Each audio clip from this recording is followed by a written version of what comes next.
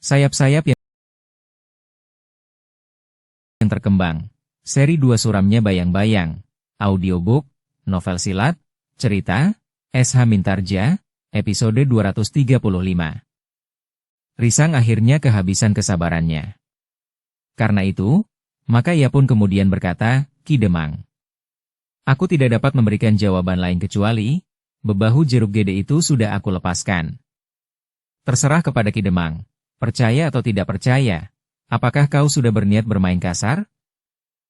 Ingat, kita bertetangga, hubungan kita bukan baru dimulai sejak kemarin. Tetapi sejak ibumu memangku jabatan Kepala Tanah Perdikan, hubungan antara Tanah Perdikan Sembojan dan Kademangan Jeruk Gede serta beberapa kademangan yang lain berjalan baik. Tetapi ketika kau sekarang memegang kepemimpinan di Tanah Perdikan ini, hubungan kita menjadi lawan." Ki Demang, Nyi Wiradanalah yang menyahut, "Aku tidak akan pernah melupakan bahwa hubungan kita sejak semula baik. Aku pun sudah menceritakan kepada anakku. Bahkan anakku yang tumbuh dewasa dapat melihat dan merasakan sendiri bahwa hubungan kita baik. Tetapi jika hubungan kita sekarang menjadi buruk itu bukan karena Risang yang masih muda ini memegang kendali pemerintahan di Tanah Perdikan, tetapi hubungan kita menjadi buruk sejak pedagang-pedagang gelap itu berada di Kademangan Jeruk Gede. Maaf Ki Demang, bahwa hal ini terpaksa aku katakan, karena aku tidak melihat alasan lain, kenapa hubungan kita menjadi buruk." Wajah Ki Demang menjadi merah. Katanya, "Aku datang tidak untuk mendengarkan fitnah seperti itu. Tetapi aku datang untuk mengambil orangku yang ditahan di sini." Risang yang benar-benar kehilangan kesabarannya berkata, "Ki Demang, aku persilahkan Ki Demang meninggalkan rumahku ini jika Ki Demang tidak mempercayai kami, orang-orang Tanah Perdikan ini lagi. Tidak ada gunanya kita berbicara panjang lebar tanpa saling mempercayai. Apapun akibatnya, kami akan menanggungnya. Kami tahu, sepasukan prajurit ada di Jeruk Gede dan beberapa kademangan yang lain. Tetapi itu bukan soal bagiku." Ki Demang pun menjadi sangat marah pula. Karena itu, maka ia pun berkata, "Baiklah. Sekarang aku pulang. Tetapi ingat, besok kami akan datang lagi dengan kekuatan yang akan dapat memaksamu menyerahkan bebahu itu." Risang yang juga marah itu masih menahan diri. Bahkan ia pun sempat berkata, "Ki Demang, tingkah laku Ki Demang sudah diketahui oleh para pemimpin di Pajang.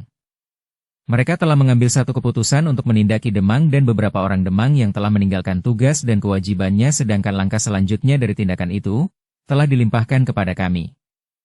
Aku sudah mendapat surat kekancingan dari limpahan wewenang itu dari Kanjeng Adipati."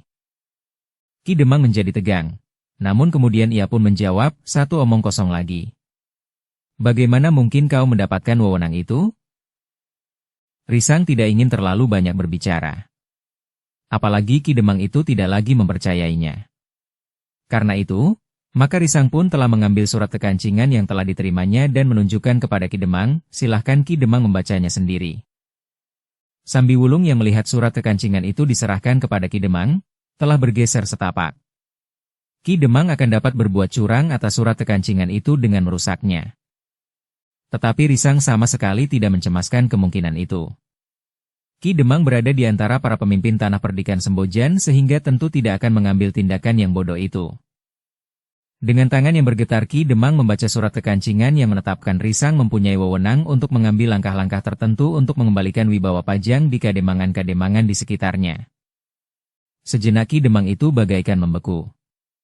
Di dalam surat kekancingan yang diberikan kepada Risang itu disebutkan dengan jelas, wewenang Risang untuk mengambil langkah-langkah yang dianggap perlu untuk mengembalikan kewibawaan Pajang di sekitar Tanah Perdikan Sembojan. Namun akhirnya Ki Demang itu berkata sambi, "Menyerahkan kembali surat kekancingan itu, kami tidak mengakuinya."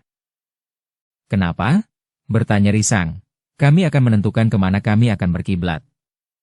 Kami dapat melepaskan diri dari kuasa Pajang dan mengikat diri dengan Madiun. Kalian dapat saja berbuat demikian. Tetapi adalah hak Pajang atau orang yang mendapat limpahan wewenangnya untuk mencegahnya. Tetapi kau tidak akan dapat melakukannya," geram Ki Demang yang merasa sudah terlanjur basah, sehingga ia memutuskan untuk tetap menyeberang. "Terserah kepada Ki Demang. Tetapi aku sudah memperingatkan Ki Demang, bahwa langkah kami akan dapat menjadi lebih panjang dari batas Tanah Perdikan Sembojan ini sendiri." Telinga Ki Demang serasa tersentuh api. Namun ia menjawab, kamilah yang akan datang melintasi perbatasan itu. Ki Demang tidak mau berbicara lebih panjang lagi. Ia pun kemudian telah bangkit dan minta diri untuk kembali ke Kademangan Jeruk Gede. Meskipun Ki Demang itu masih bersikap keras, namun surat kekancingan itu telah membuatnya gelisah. Agaknya Pajang mengikuti perkembangan di lingkungan yang cukup jauh itu dengan saksama, sehingga Pajang dapat mengetahui apa yang sudah terjadi di hari-hari terakhir. Ki Demang ternyata menyampaikan hal itu kepada para Demang dan Senapati Madiun yang ada di Jeruk Gede yang kemudian berkumpul di rumahnya. Para Demang juga menjadi gelisah. Namun Senapati Madiun yang ikut dalam pertemuan itu pun berkata, kenapa kalian menjadi gelisah? Bahwa Pajang mengetahui sikap kalian itu tentu karena laporan kepala tanah perdikan itu. Kalian harus yakin bahwa surat kekancingan itu tidak akan berarti apa-apa di medan pertempuran. Surat itu tidak mempunyai tuah yang membuat orang-orang tanah perdikan kebal senjata. Bagiku, Pajang lebih baik mengirimkan sepasukan prajurit daripada selembar surat kekancingan. Tetapi seperti aku katakan, Pajang tidak dapat melakukannya, karena Pajang memusatkan kekuatan prajuritnya untuk menghadapi Madiun di garis pertempuran tidak di daerah yang jauh seperti tanah perdikan Sembojan ini. Para Demang itu mengangguk-angguk. Ki Demang Jeruk Gede yang ingin menjadi orang yang paling berpengaruh di lingkungannya itu berkata, aku setuju. Kita akan mengabaikan surat kekancingan itu. Kita akan bertindak sesuai dengan rencana. Kepada para Demang dan Senapati Madiun yang ikut dalam pertemuan itu, Ki Demang memberitahukan hasil pertemuannya dengan kepala tanah perdikan itu. Ki Demang itu mengatakan bahwa ia sudah mengancam kepada kepala tanah perdikan Sembojan, bahwa ia akan datang kembali dengan membawa kekuatan untuk mengambil bebahu yang dikatakannya masih ditahan di tanah perdikan itu. Bagus, berkata Senapati prajurit Madiun itu, besok kita siapkan pasukan kita di perbatasan. Tidak hanya perbatasan antara Kademangan Jeruk Gede dan tanah perdikan Sembojan, tetapi juga perbatasan antara tanah perdikan dengan Kademangan yang lain. Demikianlah, maka para Demang pun telah melakukan persiapan-persiapan. Para prajurit yang melibatkan diri dalam perdagangan gelap itu. Mereka akan segera mulai dengan rencana mereka, memaksa tanah perdikan Sembojan untuk membiarkan para pedagang bahan pangan yang memanfaatkan hubungan yang buruk antara Mataram dan Madiun itu untuk mendapatkan keuntungan yang sebesar-besarnya. Namun para Demang itu terkejut, ketika mereka menerima utusan kepala tanah perdikan Sembojan di rumah mereka masing-masing, memberitahukan bahwa tanah perdikan Sembojan akan segera melaksanakan wewenang yang dilimpahkan kepada kepala tanah perdikan Sembojan untuk menegakkan wibawa Pajang di daerah itu. Apa yang akan dilakukan oleh kepala tanah perdikan itu? Bertanya Ki Demang Jati Arang. Kami tidak akan bertindak dengan kasar, berkata utusan itu, tetapi tentu saja tergantung kepada tanggapan Ki Demang Jati Arang ini sendiri.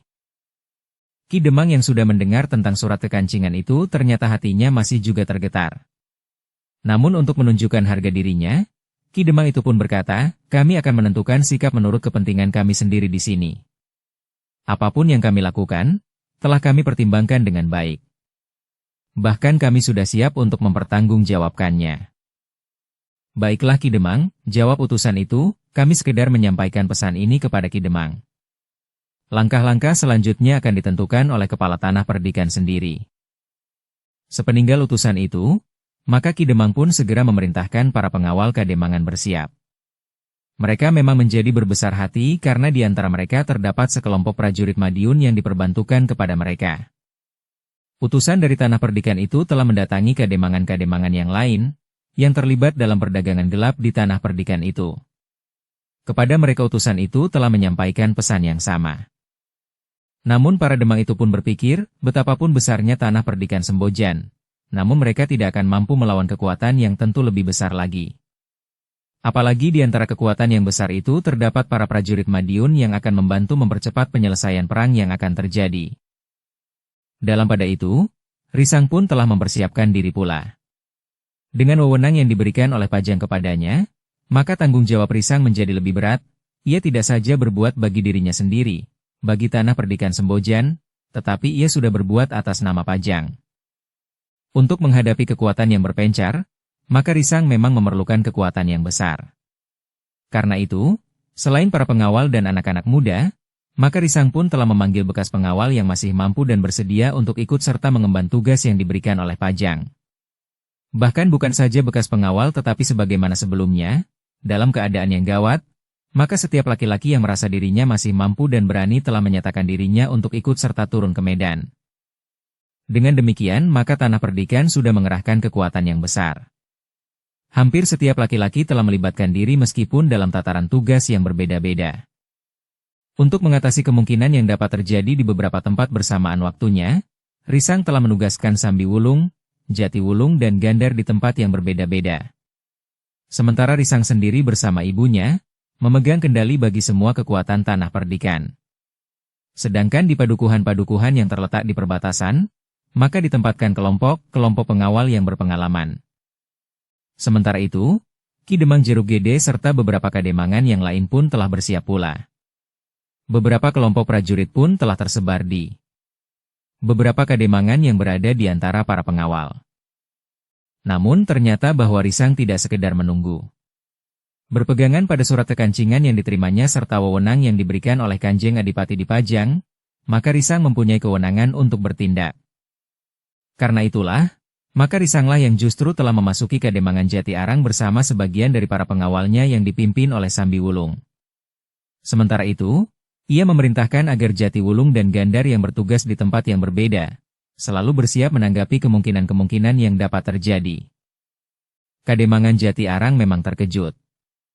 Risang dengan para pengawalnya telah menerobos melewati beberapa padukuhan yang ternyata tidak ada upaya sama sekali dari para pengawal untuk mencegah dan menghentikan iring-iringan pasukannya. Tetapi beberapa orang pengawal memang telah melarikan diri ke padukuhan induk serta memberitahukan kedatangan pasukan Tanah Perdikan Sembojan yang dipimpin oleh kepala Tanah Perdikan yang muda itu. Kedatangan pasukan dari Tanah Perdikan yang tidak diduga-duga itu memang menimbulkan kegelisahan pada orang-orang Jati Arang. Namun pasukan itu ternyata hanya lewat saja tanpa menimbulkan kerusakan apa-apa. Sementara itu, Risang memang tidak memerintahkan pasukannya untuk berbuat sesuatu. Risang sudah berpesan bahwa mereka akan bertindak hanya jika mereka mendapat serangan dari para pengawal di Kademangan Jati Arang. Ketika Risang mendekati padukuhan induk, maka Risang dan pasukannya memang melihat persiapan untuk menyongsong pasukan itu. Para pengawal dan prajurit Madiun telah bersiap menyambut pasukan dari Tanah Perdikan itu di sekitar pintu gerbang utama. Risang telah memberi isyarat kepada pasukannya. Risang sempat memanggil Sambi Wulung dan para pemimpin kelompoknya untuk mendengarkan petunjuk-petunjuknya. Nampaknya kita memang harus bertempur, berkata Risang. Apa boleh buat, sahut Sambi Wulung. Tujuan kita adalah menangkap Ki Demang dan mengeterapkan perintah dari Pajang menegakkan kewibawaan Pajang, berkata Risang kemudian. Lalu katanya pula, kita tidak memusuhi orang-orang Jati Arang. Meskipun demikian, kita tidak dapat dihalangi oleh siapapun. Para pemimpin kelompok di dalam pasukan itu mengerti sepenuhnya apa yang dimaksud Risang dan kemudian mereka pun mengerti apa yang harus mereka lakukan. Karena itu, maka sebelum mendekati pintu gerbang padukuhan induk Kademangan Jati Arang, maka Risang telah mendahului pasukannya, yang diperintahkannya untuk berhenti beberapa puluh langkah dari tempatnya berdiri. Paman Sambi Wulung dan 2 orang pemimpin kelompok akan menyertai aku. Demikianlah, maka berempat Risang telah berjalan mendekati pintu gerbang Jati Arang yang ternyata mendapat penjagaan cukup baik. Di antara mereka terdapat para pengawal Kademangan Jati Arang, anak-anak muda yang sebagian pekerjaan sehari-harinya tidak lebih dari bertualang, para bebahu dan beberapa orang yang dianggap mempunyai kelebihan. Ketika para bebahu Kademangan itu yang juga sudah siap di sekitar pintu gerbang Kademangan, melihat Risang hanya berempat berjalan mendekat, maka bebahu itu telah melaporkannya kepada Ki Demang Jati Arang. Laporan itu membuat Ki Demang semakin berdebar-debar. Tetapi Ki Demang disertai seorang bebahu dan 2 orang prajurit Madiun telah melangkah keluar dan berdiri beberapa langkah di luar pintu gerbang padukuhan induk. Risang yang kemudian mendekatinya, berhenti beberapa langkah di hadapannya. Ki Demang, aku minta maaf, bahwa aku telah memasuki Kademangan Jati Arang tanpa minta izin lebih dahulu dari Ki Demang, berkata Risang. Kau telah melanggar batas kuasaku, geram Ki Demang. Sebagai kepala Tanah Perdikan Sembojan aku memang telah melintasi batas kuasaku dan memasuki batas kuasa Ki Demang, jawab Risang. Namun kemudian katanya, tetapi sebagai seorang yang mendapat wewenang langsung dari Kanjeng Adipati Dipajang, maka aku berhak memasuki batas kuasa di Demang Jati Arang. Kami tidak mengakui nilai yang terkandung dalam surat kekancingan itu, jawab Ki Demang, aku sudah mengatakan kepada utusanmu, bahwa kami akan menentukan sikap menurut kepentingan kami sendiri.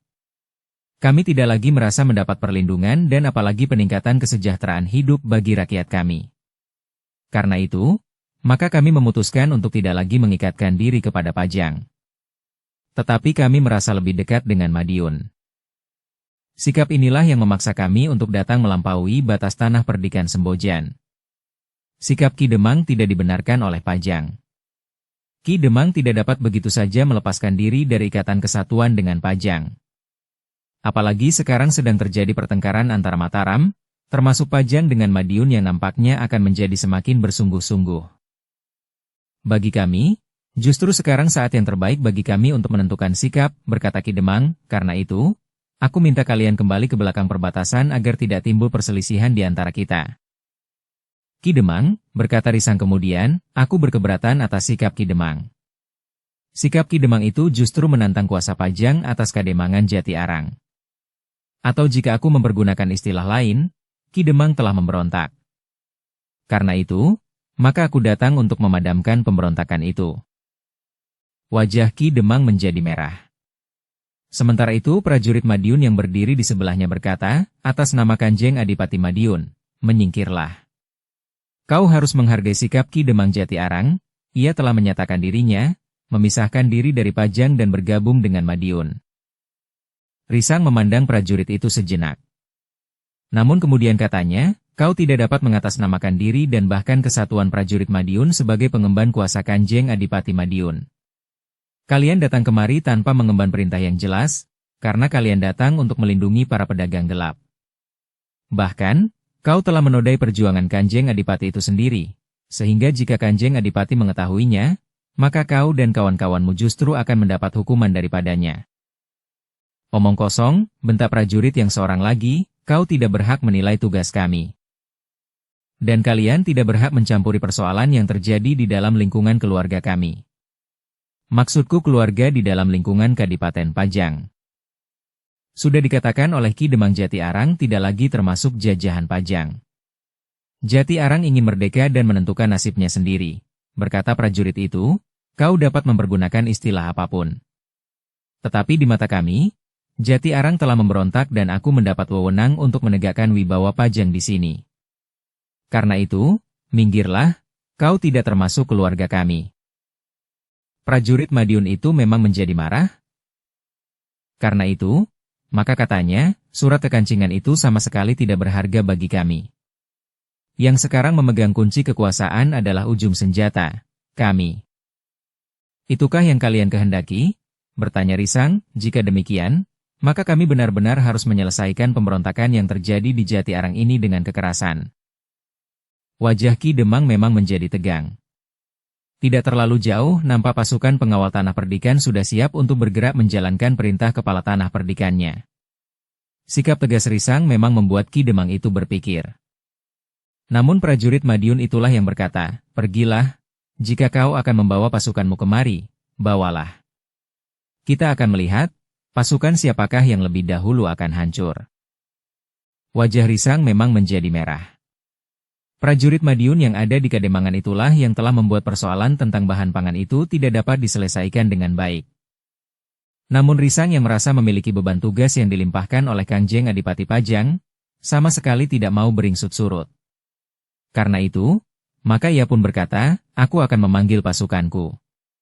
Jika pasukanku sampai di sini kalian masih tetap tidak mau beringsut dari sikap kalian, maka kami akan memaksa dengan kekerasan. Kami benar-benar akan bertempur. Persetan, geram prajurit Madiun itu, datanglah bersama pasukanmu jika kau memang berani menghadapi pasukanku.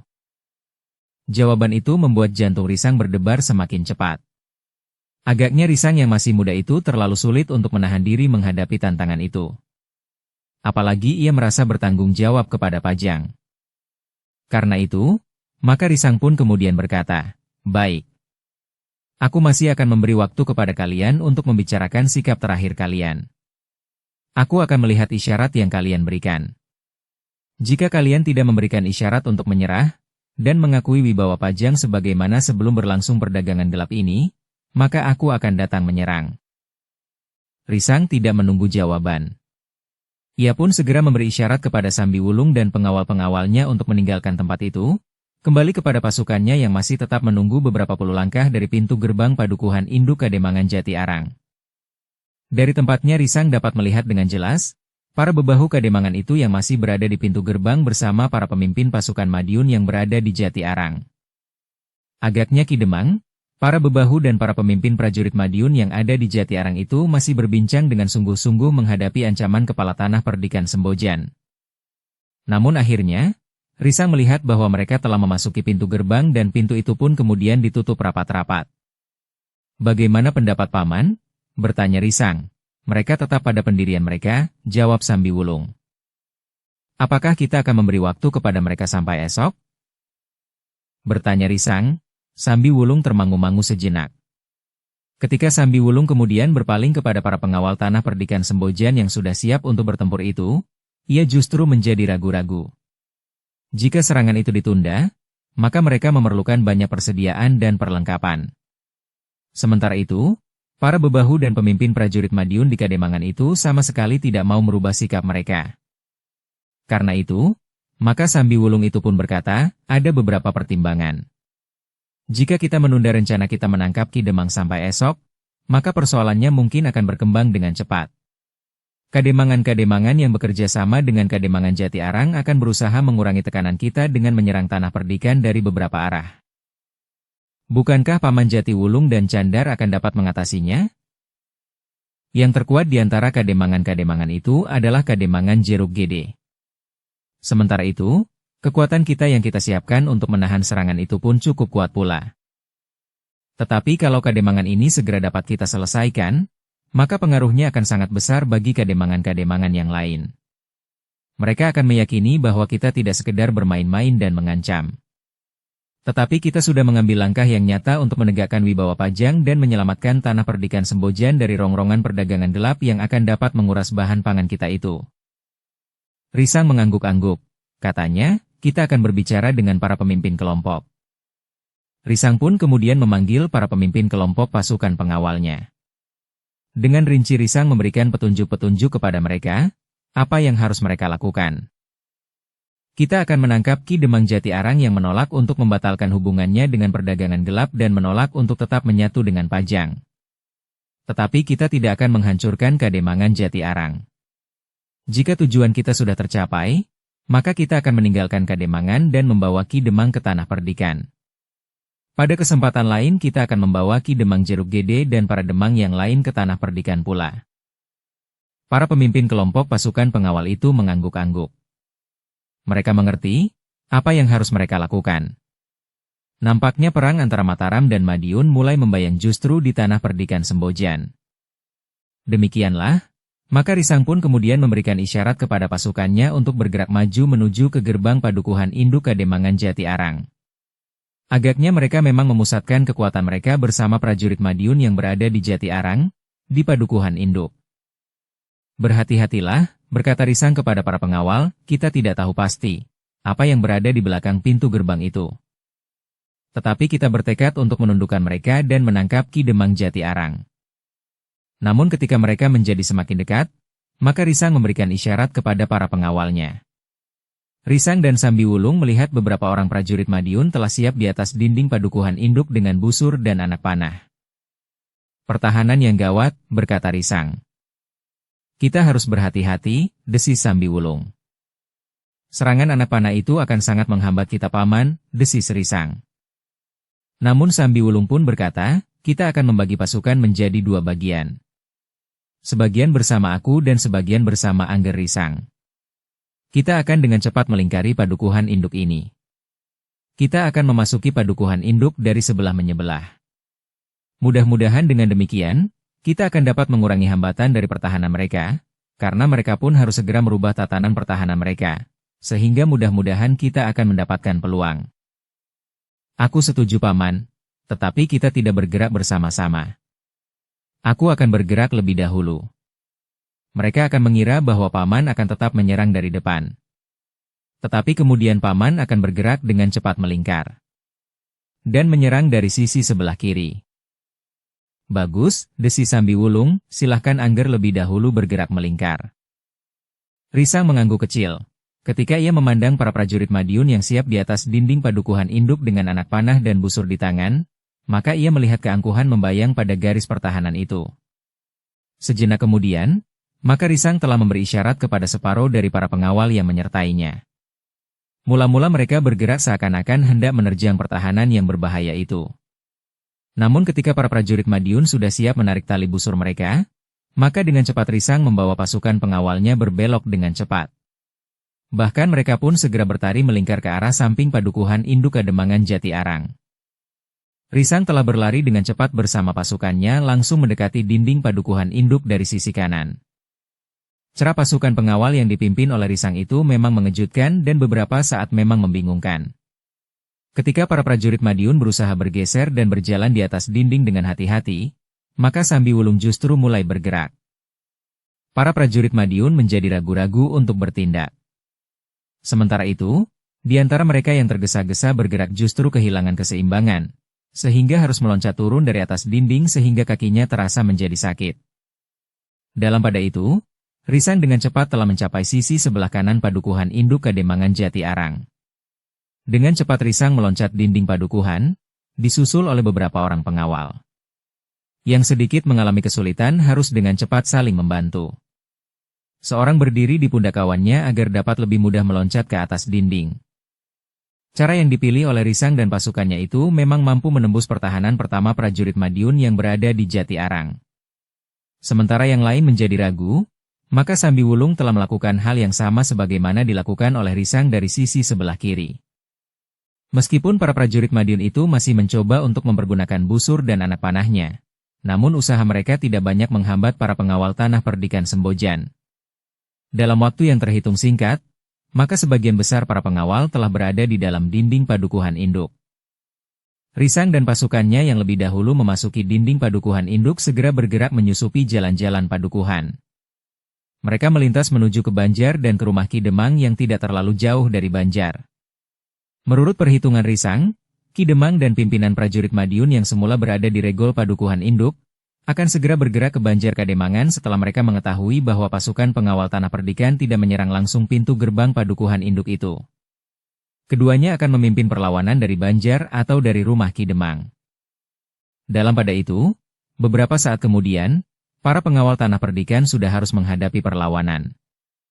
Para pengawal Kademangan bersama prajurit Madiun yang semula berkumpul di belakang pintu gerbang itu pun telah berpencar. Sebagian mereka menebar untuk menghadapi pasukan yang dipimpin langsung oleh kepala tanah perdikan Sembojan, yang memasuki padukuhan itu dari sisi sebelah kanan. Sedangkan yang lain akan menghadapi pasukan yang menyerang dari sisi sebelah kiri.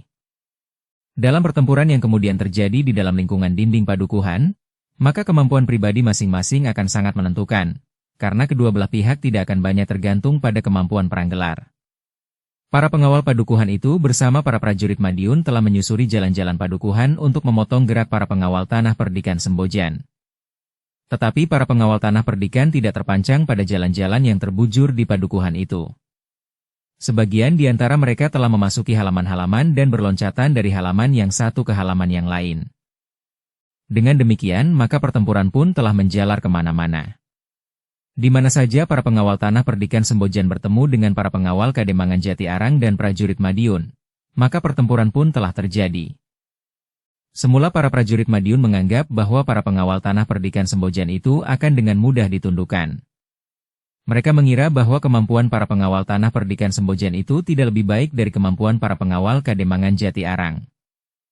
Tetapi para pengawal tanah perdikan bukan baru sekali itu bertempur melawan prajurit Madiun. Karena itu, maka mereka sudah dapat memperhitungkan kemampuan lawan yang bakal mereka hadapi. Yang justru terkejut adalah para prajurit Madiun. Ternyata bahwa para pengawal tanah perdikan Sembojan itu memiliki kemampuan yang dapat mengimbangi kemampuan para prajurit Madiun yang jumlahnya tidak terlalu banyak itu, karena sebagian dari mereka berada di Kademangan Jeruk Gede dan beberapa kademangan yang lain. Dengan demikian, maka pertempuran yang terjadi di padukuhan induk Kademangan Jati Arang itu menjadi semakin sengit. Risang sendiri telah bergerak semakin dekat dengan Banjar Kademangan. Bersama beberapa orang pengawal, Risang menembus perlawanan demi perlawanan. Para pengawal Kademangan itu seakan-akan justru telah menyibak ketika mereka melihat Risang dan beberapa orang pengawal lewat. Berbeda dengan para pengawal itu, maka para prajurit Madiun tidak ingin direndahkan oleh para pengawal tanah perdikan. Karena itu, maka prajurit Madiunlah yang kemudian berusaha menghentikan gerak maju Risang dan beberapa orang pengawal yang sedang bergerak ke Banjar. Ketika di Simpang Ampat di tengah-tengah padukuhan induk Risang dan pengawalnya bertemu dengan beberapa orang prajurit Madiun dan pengawal Kademangan, maka pertempuran di antara mereka segera terjadi. Para pengawal Kademangan yang disertai oleh beberapa orang prajurit Madiun itu merasa berbesar hati. Mereka menduga bahwa para pengawal tanah perdikan itu dalam waktu yang pendek akan segera dapat diatasi. Bahkan kepala tanah perdikan itu akan dapat mereka tangkap. Hidup atau mati. Jika kepala tanah perdikan itu sudah tidak berdaya, maka perlawanan para pengawal tanah perdikan itu tentu akan berhenti pula.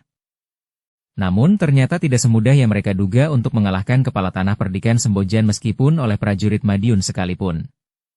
Bahkan pertempuran menjadi semakin lama semakin sengit. Mereka tidak saja bertempur di Simpang Ampat.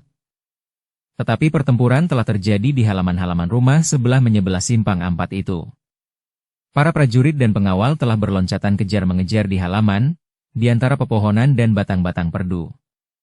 Bahkan ada di antara mereka yang bertempur di bawah rumpun-rumpun bambu di kebun belakang. Namun para pengawal Kademangan Jati Arang tidak terlalu banyak berarti. Mereka justru berusaha mencari perlindungan pada para prajurit Madiun, sementara para prajurit sendiri mengalami tekanan yang berat dari para pengawal tanah perdikan. 1-2 pengawal Kademangan ternyata ada yang memilih melarikan diri dari pertempuran, meskipun mereka tidak tahu kemana mereka akan lari, karena pertempuran itu terjadi di padukuhan induk mereka sendiri. Ki Demang dan pemimpin prajurit Madiun yang ada di Kademangan itu memang berada di Banjar ketika mereka mengetahui bahwa para pengawal tanah perdikan tidak menyerang dengan berusaha memecahkan regol padukuhan mereka, tetapi justru menyerang dari sisi sebelah kanan dan kiri. Dalam pada itu, Sambi Wulung dan para pengawal yang menyertainya telah bergerak ke arah Banjar dan rumah Ki Demang pula. Seperti Risang, maka Sambi Wulung juga dihambat terutama oleh prajurit Madiun. Namun juga seperti Risang, maka satu demi satu hambatan itu dapat dilampaui. Laporan-laporan yang sampai kepada Ki Demang dan pemimpin prajurit Madiun yang berada di Banjar memang mencemaskan. Beberapa orang pengawal dan prajurit Madiun justru telah menarik diri dan berusaha bertahan di depan Banjar Kademangan dan sekitarnya. Mereka berusaha mempersempit medan dengan perhitungan bahwa kemampuan prajurit Madiun akan dapat menentukan akhir dari pertempuran itu. Namun dengan demikian, maka para pengawal tanah perdikan Sembojan menjadi semakin cepat bergerak. Tetapi mereka sadar bahwa pada saat terakhir, mereka akan menghadapi kekuatan yang harus diperhitungkan. Beberapa saat kemudian, maka terdengar isyarat suara kentongan. Meskipun para pengawal tanah perdikan Sembojan tidak mengetahui arti dari isyarat itu, namun mereka dapat menduga bahwa isyarat itu akan menentukan akhir dari pertempuran itu. Sebenarnya lah para pengawal dan prajurit Madiun yang bertempur di tempat tersebar itu bagaikan dihisap oleh suara kentongan itu. Sejenak mereka larut dan hilang di balik dinding-dinding halaman dan di balik tikungan, Simpang 3 dan Simpang 4. Para pengawal Kademangan itu serta para prajurit Madiun yang sudah beberapa lama berada di padukuhan itu memang mengenal medan. Karena itu, maka para pengawal tanah perdikan memerlukan waktu untuk menyusul mereka. Tetapi baik Risang maupun Sambi Wulung telah memperingatkan para pengawal agar berhati-hati. Para pengawal Kademangan Jati Arang dan para prajurit Madiun akan dapat menunggu mereka di balik tikungan dan dinding halaman. Sebenarnya lah, bahwa ketika para pengawal itu mendekati Banjar dan rumah Ki Demang yang letaknya memang dekat Banjar Kademangan, maka mereka telah mendapat serangan demikian tiba-tiba dari para pengawal dan prajurit Madiun. Dengan demikian, maka pertempuran yang sebenarnya telah terjadi. Para pengawal yang didorong oleh prajurit-prajurit Madiun itu telah menyerang dengan garangnya. Namun para pengawal tanah perdikan seakan-akan memang telah mengepung Banjar dan rumah Ki Demang. Karena itu, maka pertempuran pun telah berkobar dengan sengitnya. Ki Demang sendiri tidak lagi tinggal dia menunggu. Namun ia segera turun ke medan. Ki Demang tidak lagi dapat menghindari tanggung jawab yang memang harus dipikulnya. Ketika Risang melihat Ki Demang itu telah melibatkan diri dalam pertempuran, maka dengan cepat ia berusaha untuk dapat mendekatinya. Seperti rencana semula, jika ia dapat menangkap Ki Demang, melawan atau tidak melawan, maka persoalan selanjutnya akan dapat diredakan, karena tanpa Ki Demang nampaknya para pengawal tidak akan dapat berbuat banyak, sementara prajurit dari Madiun pun yang jumlahnya tidak terlalu banyak, tentu akan menghentikan pertempuran pula. Dengan menyibak para pengawal, maka akhirnya Risang dapat berhadapan dengan Ki Demang Jati Arang. Namun demikian Ki Demang melihat Risang, maka dengan serta-merta Ki Demang itu telah menyerangnya. Dengan sebilah pedang di tangan, Ki Demang meloncat sambil berteriak, "Aku akan membunuhmu." Tetapi dengan tangkasnya Risang meloncat menghindar. Bahkan Risang sempat berkata, "Ki Demang, aku masih memberimu kesempatan untuk menyerah. Anak muda, kau memang terlalu meremehkan aku. Aku mengerti bahwa tanah perdikan Sembojan memiliki kekuatan yang besar. Tetapi bukan berarti bahwa tanah perdikan dapat memaksakan kehendaknya kepada tetangga-tetangganya. Bukan maksudku, Ki Demang. Tetapi Ki Demang telah melawan pemerintahan yang sah atas Pajang dan lingkungannya," jawab Risang, "persetan dengan ceritamu. Jika kau mati di sini, maka surat kekancingan yang kau miliki itu tidak akan ada maknanya lagi bagi kademangan-kademangan di sekitar tanah perdikan. Kau akan mati dan lidahmu yang kau pergunakan untuk menjilat itu akan aku belah seperti lidah ular." Risang pun kemudian telah menggenggam pedangnya pula. Kata-kata Ki Demang itu memang membuat telinganya menjadi merah. Tetapi Risang masih tetap berpijak pada niatnya semula. Menangkap Ki Demang Jati Arang. Sementara itu, para pengawal Kademangan dan para prajurit Madiun menjadi semakin terdesak. Mereka seakan-akan tidak mendapat peluang lagi untuk bertahan. Prajurit Madiun yang sudah berpengalaman itu pun sulit untuk mengembangkan kemampuan mereka, karena jumlah mereka yang tidak terlalu banyak, sementara pengawal Kademangan Jati Arang tidak berkemampuan cukup untuk membantu mereka menghadapi para pengawal tanah perdikan.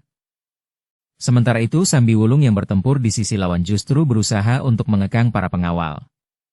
Setiap kali Sambi Wulung harus memperingatkan mereka, bahwa mereka tidak datang untuk membunuh dan menghancurkan Kademangan Jati Arang. Sementara itu, Sambi Wulung sendiri tidak banyak mengalami kesulitan ketika ia langsung berhadapan dengan pemimpin prajurit Madiun yang ada di padukuhan itu. Dalam pada itu, Risang telah mendesak Ki Demang sehingga Ki Demang semakin sulit untuk tetap bertahan. Ujung pedang Risang semakin lama seakan-akan menjadi semakin dekat dengan kulitnya. Bahkan rasa-rasanya sekali-sekali ujung pedang itu telah menggoreskan luka di tubuhnya. Tetapi Ki Demang masih berusaha untuk bertempur terus. Dikerahkannya segenap kemampuannya untuk melawan kepala tanah perdikan Sembojan yang masih muda itu. Namun betapapun ia menghentakkan ilmunya, namun Risang terlalu kuat baginya. Anak muda itu bagaikan membentengi dirinya sehingga tidak mampu dijangkau oleh serangan-serangan yang bagaimanapun juga kuat dan cepatnya menurut kemampuannya. Risang yang mendesak Ki Demang itu kemudian berkata, "Ki Demang, tidak ada kesempatan lagi bagi Ki Demang. Pengawal-pengawal kademanganmu terdesak di mana-mana. Para prajurit Madiun yang ada di sini pun sudah tidak berdaya. Bukan karena kemampuan mereka rendah, tetapi jumlah mereka tidak cukup memadai. Justru karena mereka berada di sini tidak atas nama kekuasaan Kangjeng Adipati di Madiun. Kau tidak usah mengigau, sebentar lagi kau akan terkubur di bumi Jati Arang," bentak Ki Demang, tetapi Risang tertawa. Ketika ia yakin mampu menguasai lawannya, maka kemudian Risang justru dapat diredamnya. Penalarannya sepenuhnya menguasai sikapnya, sehingga karena itu, Risang tidak terdorong oleh kemarahannya dan tidak berusaha membunuh Ki Demang Jati Arang sesuai dengan rencananya. "Ki Demang," berkata Risang, "Ki Demang harus jujur meniti keadaan." Ki Demang tidak menjawab, tetapi ia meloncat menyerang Risang.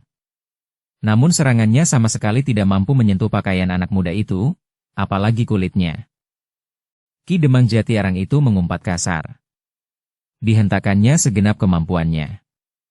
Namun Risang masih juga sempat tertawa sambil mengelak. Bahkan kemudian katanya, "Apa yang sebenarnya Ki Demang lakukan? Apakah Ki Demang menganggap bahwa serangan Ki Demang itu berarti?" Ki Demang tidak menjawab, senjatanya berputar cepat, kemudian mematuk seperti seekor ular bandotan. Namun senjata Risang dengan cepat pula menebas. Bukan saja dengan cepat, melampaui kecepatan gerak senjata Ki Demang, tetapi juga sambaran senjata Risang itu demikian kuatnya, sehingga benturan yang terjadi benar-benar tidak mampu lagi diatasi oleh Ki Demang. Demikian kuatnya senjata Risang membentur senjatanya, maka tangan Ki Demang yang bergetar itu bagaikan menyentuh bara. Dengan demikian, maka senjata Ki Demang itu pun telah terloncat dari telapak tangannya dan jatuh beberapa langkah daripadanya. Ki Demang tidak sempat memungut senjatanya ketika ujung pedang Risang tiba-tiba telah melekat di dadanya. Ki Demang yang sedang berusaha menggapai pedangnya itu terdorong beberapa langkah surut. Sambil mendesak dengan menekankan ujung pedangnya di dada Ki Demang, Risang berkata, "Menyerahlah Ki Demang. Aku hanya memerlukan Ki Demang sebagai seseorang yang bertanggung jawab atas semua persoalan yang terjadi di Kademangan ini." Wajah Ki Demang menjadi merah. Tetapi ujung senjata Risang telah melekat di dadanya. Beberapa orang bebahu dan pengawal Kademangan yang melihat keadaan Ki Demang menjadi berdebar-debar. Sementara itu, Risang telah memberikan perintah untuk menghentikan pertempuran. Perintah yang diberikan Risang itu pun telah diteruskan dari pemimpin kelompok yang satu kepada pemimpin kelompok yang lain. Bahkan para pengawal pun telah mengulangi perintah itu sehingga dengan cepat menjalar ke seluruh medan pertempuran. "Ki Demang," berkata Risang, "aku telah memerintahkan kepada para pengawalku untuk menghentikan pertempuran meskipun jika aku mengeluarkan perintah yang lain setiap saat, maka perintahku yang baru itu pun akan dengan cepat mereka lakukan pula." "Apa yang harus aku lakukan?" bertanya Ki Demang. "Panggil semua pengawalmu yang terlibat ke dalam pertempuran lewat para penghubungmu atau para bebahu atau siapapun yang kau perintahkan. Demikian pula para prajurit Madiun yang ada di Kademangan ini. Mereka harus berkumpul di Banjar dengan meletakkan senjata mereka." Ki Demang memandang Risang yang muda itu dengan sorot mata yang bagaikan membara. Tetapi ia tidak dapat berbuat lain kecuali menjalankan perintah anak muda itu. Tetapi karena Ki Demang tidak segera melakukannya, maka Risang pun berkata, "Ki Demang, aku minta Ki Demang melakukannya. Jika tidak maka aku akan mengambil kebijaksanaan lain." Pertempuran akan berlangsung terus. Meskipun Ki Demang dan para pengawal Kademangan ini sudah tidak berdaya sama sekali. Korban akan berjatuhan tanpa arti. Jika hal itu terjadi, maka tanggung jawab tetap akan dibebankan di atas pundak Ki Demang. Ki Demang Jati Arang memang tidak mempunyai pilihan lain. Karena itu, maka ia pun telah memerintahkan kepada para bebahu yang semula bertempur di sebelah menyebelahnya. Ternyata perintah itu justru diterima dengan lega hati oleh para bebahu dan para pengawal yang memang merasa tidak akan mampu mengimbangi kekuatan tanah perdikan Sembojan. Dengan demikian, maka sejenak kemudian, para pengawal Kademangan itu pun telah berkumpul di halaman Banjar Kademangan dan di jalan yang membentang di hadapan Banjar itu. Sementara itu, para pengawal tanah perdikan berjaga-jaga dengan senjata di tangan mereka. Risang dan Sambi Wulung yang kemudian berada di pendapa Banjar itu bersama Ki Demang dan beberapa bebahu menyaksikan para pengawal Kademangan Jati Arang meletakkan dan menimbun senjata mereka di halaman Banjar. Namun Sambi Wulung pun kemudian bertanya kepada Ki Demang, "Ki Demang, apakah perintah Ki Demang tidak mencakup para prajurit Madiun yang ada di Jati Arang?" Ki Demang termangu-mangu sejenak.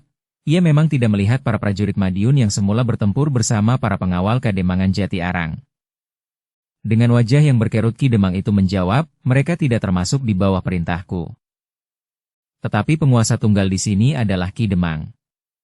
Apakah Ki Demang memang membagi kekuasaan Ki Demang dengan para prajurit Madiun, sehingga mereka mempunyai wewenang tersendiri di Kademangan Jati Arang?